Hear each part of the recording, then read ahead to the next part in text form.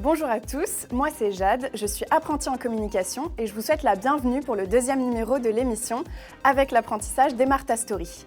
La particularité de cette émission, c'est qu'elle est imaginée et présentée par des apprentis. Et aujourd'hui, on se retrouve pour répondre à une question très importante, comment trouver une formation en apprentissage qui me plaît vraiment ?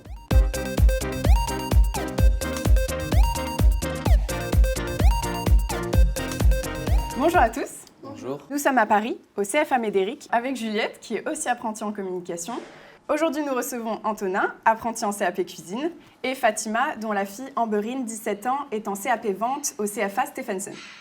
Et ce matin, je suis allée poser quelques questions au directeur adjoint, M. Jean-François Tostivin, sur les CFA. Un CFA, c'est un centre de formation pour apprentis. On forme des jeunes donc en apprentissage, à des diplômes d'État, de l'Éducation nationale, du CAP jusqu'au BTS. Ces jeunes partagent leur temps entre l'entreprise et l'école. À l'école, c'est une partie théorique et une partie pratique en entreprise. Les formateurs ici d'enseignement général vont former aux mathématiques, au français, à l'histoire géo et en pratique, bien entendu, dans les locaux techniques, cuisine et pâtisserie. Dans cette émission, nous allons répondre concrètement à toutes les questions que vous vous posez sur le choix d'une formation en apprentissage dans un CFA. Alors Juliette, comme Nicolas, ça a été un peu compliqué pour toi de trouver ta formation, je crois. Oui, en effet, c'était pas facile, mais Nicolas, lui, a trouvé une vraie formation qui lui plaît. Il fait un brevet professionnel en coiffure et vous allez voir, aujourd'hui, il s'éclate. Oui, ça nous arrive à tous d'hésiter, mais du coup, j'ai envie de savoir comment il a fait pour trouver sa formation.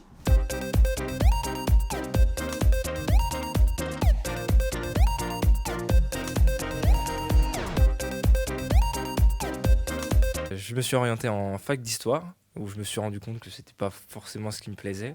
J'ai dû donc décider de passer dans la vie active. Je suis devenu pompier volontaire et surveillant dans un collège. Et à la fin de cette année-là, le CPE, Monsieur Calongi, m'a donc dit « Vous êtes jeune, vous avez des capacités, profitez-en pour faire une formation qui vous plaît. Et je ne vous lâcherai pas tant que vous n'aurez pas trouvé quelque chose. » Du coup, à ce moment-là, je me suis dit « Bon, j'aime bien la mode, j'aime prendre soin de moi, je commence à coiffer mes amis. Eux-mêmes me disent que j'ai du talent, pourquoi pas essayer la coiffure ?» Comment tu as trouvé ton CFA ? Alors j'ai regardé directement ce que j'avais dans mon département pour une facilité de transport et pour que ça soit beaucoup plus simple pour moi. Et j'ai du coup regardé sur le site, appelé directement la responsable pour avoir un maximum d'informations. C'est quoi les critères pour savoir si le CFA te correspond ? Je pense que ça serait plus le rythme d'alternance. C'est quoi les cours que tu as au CFA ? À part les cours pratiques qu'on a, on a également des cours théoriques, dont l'histoire, le français, l'anglais. Mais toi, tu passes quoi comme diplôme ici ? Alors moi, cette année, je passe mon brevet professionnel coiffure. Et si tu veux, c'est un diplôme qui me permettra par la suite de pouvoir ouvrir mon salon ou de devenir manager. Merci beaucoup, Nicolas. Il est stylé, Nicolas. En fait, je suis pas du tout étonnée qu'il ait choisi cette formation. Et en plus, il sait déjà ce qu'il veut faire après. Oui, il veut ouvrir son propre salon et devenir manager. Bah, ça donne envie de se lancer dans l'apprentissage. Totalement. Et toi, Antonin, comment tu as choisi ton CFA ? J'avais vu sur internet avec mon père le CFA et je suis allé aux portes ouvertes après du CFA. Qu'est-ce qui t'a donné envie de venir dans le CFA aux portes ouvertes ? Depuis tout petit, j'aime bien la cuisine et je voulais voir si je pouvais en faire un métier. Et je suis bien parti pour en faire un métier. Ce qui m'a le plus marqué, c'est qu'on voyait les autres apprentis pendant les portes ouvertes quand on visitait les cuisines. Et en plus, c'était facile d'accès. Ah oui, proche de chez toi. Ouais. Qu'est-ce qui t'a confirmé que c'était un bon CFA ? Alors, ce qui m'a confirmé que c'était un bon CFA, quand j'ai vu les profs qui étaient très sympas et les formateurs aussi, qui s'apprenaient bien et qui prenaient leur temps pour apprendre. Et j'ai vu que quand on ratait aussi, on pouvait recommencer tant qu'on voulait. Ok. Donc, tu étais avec ton père, et est-ce qu'il t'a encouragé dans ton choix et il était d'accord que c'était un bon CFA ? Alors oui, depuis tout petit, mon père et ma mère ils m'encouragent dans cette voie et ils me disent que tant que je suis content, ils me soutiendront toujours. Bah, c'est pratique d'avoir des parents qui te soutiennent, comme ça tu peux vraiment choisir ce qui te plaît et faire les études qui te conviennent. Oui, et c'est grâce à eux que j'ai découvert ce CFA. Et c'est quoi le plat que tu préfères faire, que tu réussis le mieux ? La blanquette de veau à l'ancienne. Ah ouais ? C'est dur en plus à faire ça. Ça va. Et vous, Fatima, comment vous avez aidé votre fille à trouver son CFA ? Alors, dans un premier temps, j'ai fait des recherches sur Internet et j'ai sélectionné plusieurs centres de formation que j'ai contactés. Et par la suite, c'est comme ça qu'on a trouvé le CFA Stephenson. Donc c'est vous qui avez joué le rôle principal dans la recherche du CFA pour votre fille en fait. Alors en fait, ma fille, elle a eu un parcours un peu plus compliqué que ça, c'est-à-dire qu'elle a changé de filière. Elle était d'abord dans un CFA pour faire de la pâtisserie. Et le rythme ne lui a pas plu. Et par la suite, elle s'est découverte d'autres qualités de vendeuse. Et elle s'orientait en deuxième lieu dans un CFA vente. D'accord. Et vous avez aidé du coup cette réorientation? Exactement. Je l'ai orientée pour qu'elle puisse trouver la formation qui lui convenait. C'est vrai qu'en apprentissage, on peut se tromper, on peut changer de voie. Et même rentrer en apprentissage, ça peut permettre, comme votre fille, de découvrir un métier et de se réorienter assez facilement. Et pour vous, c'est quoi le rôle des parents dans le choix du CFA? Alors je pense que le rôle il est très important parce qu'un enfant de 17 ans, je pense qu'il va vite s'éparpiller et il ne va pas forcément être efficace dans ses recherches. J'ai vraiment fait des démarches approfondies, j'ai posé beaucoup de questions et j'ai fait un petit peu le travail pour elle. Donc vous avez regardé tous les critères et après vous lui avez présenté et c'est elle qui a pu choisir par rapport à ce que vous voulez. Exactement. Donc le rôle des parents, c'est d'accompagner et de rassurer en fait. Exactement. Et d'ailleurs, Juliette, dans ton reportage, tu es allée à la rencontre de quelqu'un qui a joué un rôle déterminant pour le choix du CFA de Nicolas. J'ai rencontré le CPE qui travaille dans le collège où Nicolas était surveillant. Et vous allez voir, Monsieur Calongi, le CPE, c'est de quoi il parle. Alors on te suit, let's go. Là, nous allons rencontrer Monsieur Calongi, le CPE du lycée qui a travaillé avec Nicolas et qui l'a orienté vers le CFA.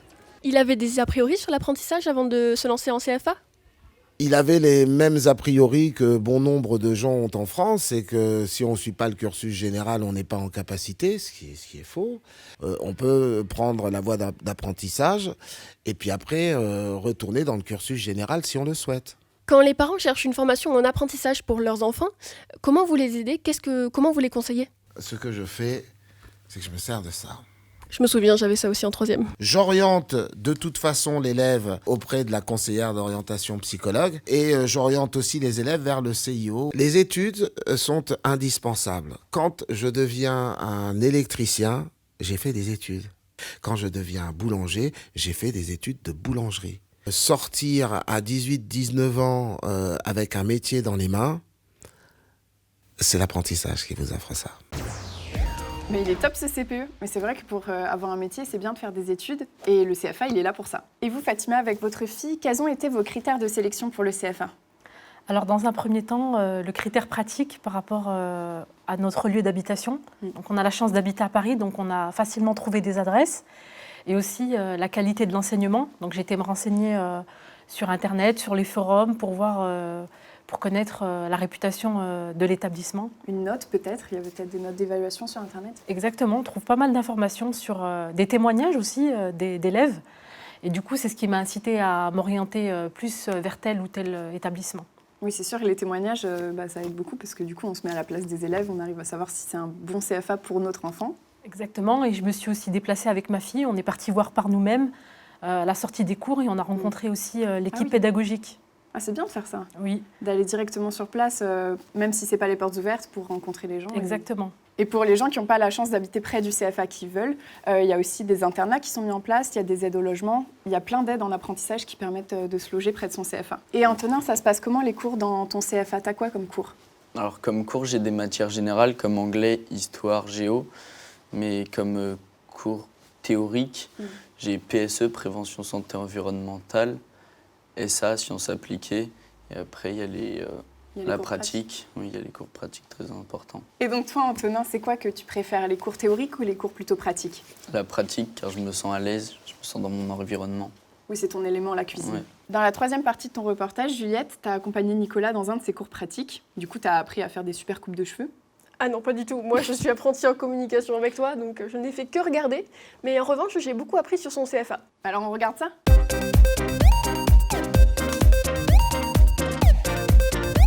Est-ce que ta formation te coûte quelque chose ? Alors, pas du tout. Voilà, c'est une formation qui est totalement gratuite. Et comme à chaque fin de mois, nous sommes payés, du coup, ça nous permet de pouvoir acheter le matériel qui nous est demandé. Donc en fait, le CFA, tu as un diplôme, une expérience, et tu ne payes pas. Exactement.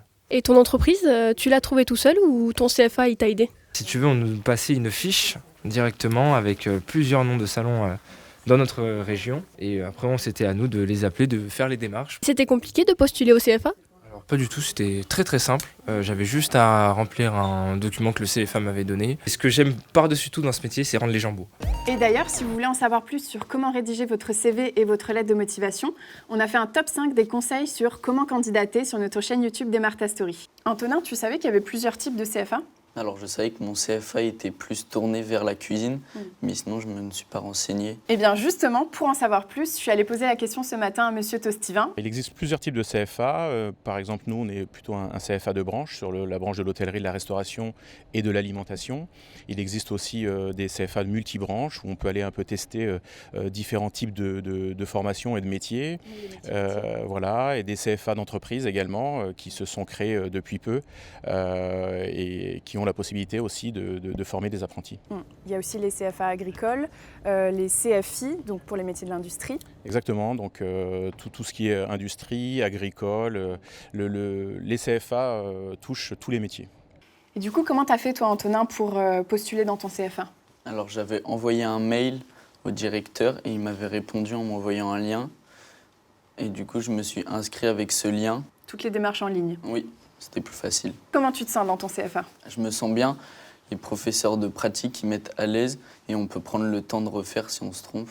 T'as appris tout ce que tu voulais apprendre dans ton CFA? J'ai appris ce que je devais apprendre en CAP, mais la route est encore longue. T'as encore plein de choses à apprendre, Oui. Plein de choses que tu veux découvrir. Tout à fait. Et tu veux faire quoi après ton CAP? Après mon CAP, je voudrais bien faire un bac pro et par la suite enchaîner avec un BTS et pourquoi pas les études supplémentaires après. Ah, jusqu'à un bac plus 5 peut-être même. Oui, pourquoi pas. Et après, tu travailles. Oui, je voudrais bien voyager et prendre d'autres façons de cuisiner. À propos d'apprendre, on va maintenant tester vos connaissances sur l'apprentissage avec un petit jeu. Donc les règles sont simples. Je vais vous montrer la photo d'une apprentie en action et vous devez me dire quel métier elle apprend. Donc Oriane vous met au défi de deviner son métier. Ah, moi je sais, je vous laisse deviner. Alors, qu'est-ce que c'est selon vous? Une trottinette? Une trottinette, ouais, pourquoi pas. Ça a des roues. Je sais pas du tout. Un caddie?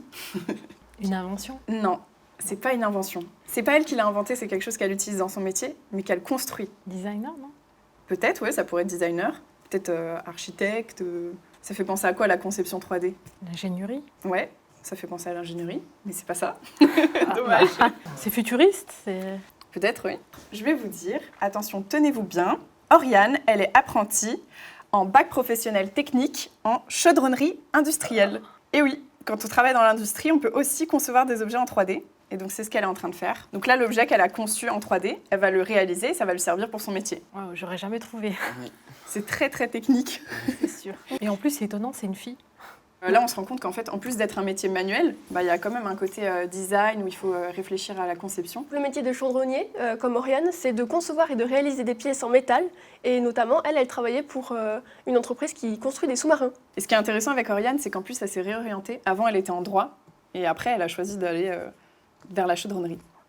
Et maintenant, nous allons répondre à la question de l'un d'entre vous qui nous regardez. C'est parti pour la question des internautes. Aujourd'hui, on répond à la question de Pablo qui nous a posée sur YouTube où je peux me renseigner pour trouver un CFA. Alors là, on a une longue liste. Des sites internet et des structures spécialisées sont là pour te guider. Tu as le portail de l'alternance, l'ONICEP, l'étudiant, les centres d'information et de documentation jeunesse, les CIDJ. Et quand tu es un apprenti en situation de handicap, tu peux te renseigner du côté de Cap Emploi ou de la GFIP. Tu peux aussi te rendre à des salons organisés sur le thème de l'alternance et de l'apprentissage ou aller directement voir dans les CFA aux portes ouvertes par exemple. Mon conseil, c'est de frapper à la porte des CFA pour avoir des réponses concrètes à toutes vos questions dans les détails. Tu peux aussi contacter d'anciens élèves, ils te diront ce qu'ils ont pensé de leur formation au CFA. Tu peux poser aussi la question à des gens qui font déjà le métier que tu souhaites faire et leur demander quels sont les CFA qui sont autour de chez toi. Mais tu peux aussi demander à tes profs ou à un conseiller d'orientation. Merci Juliette et merci Pablo pour ta question. Si vous avez d'autres questions, n'hésitez pas à nous les poser sur les réseaux sociaux. Et si vous voulez voir d'autres vidéos ou émissions, rendez-vous sur notre chaîne YouTube Demarta Story. Merci d'avoir participé à cette émission Antonin et Fatima. Et merci à tous de nous avoir regardés. Je vous dis à bientôt pour de nouvelles aventures d'apprentissage.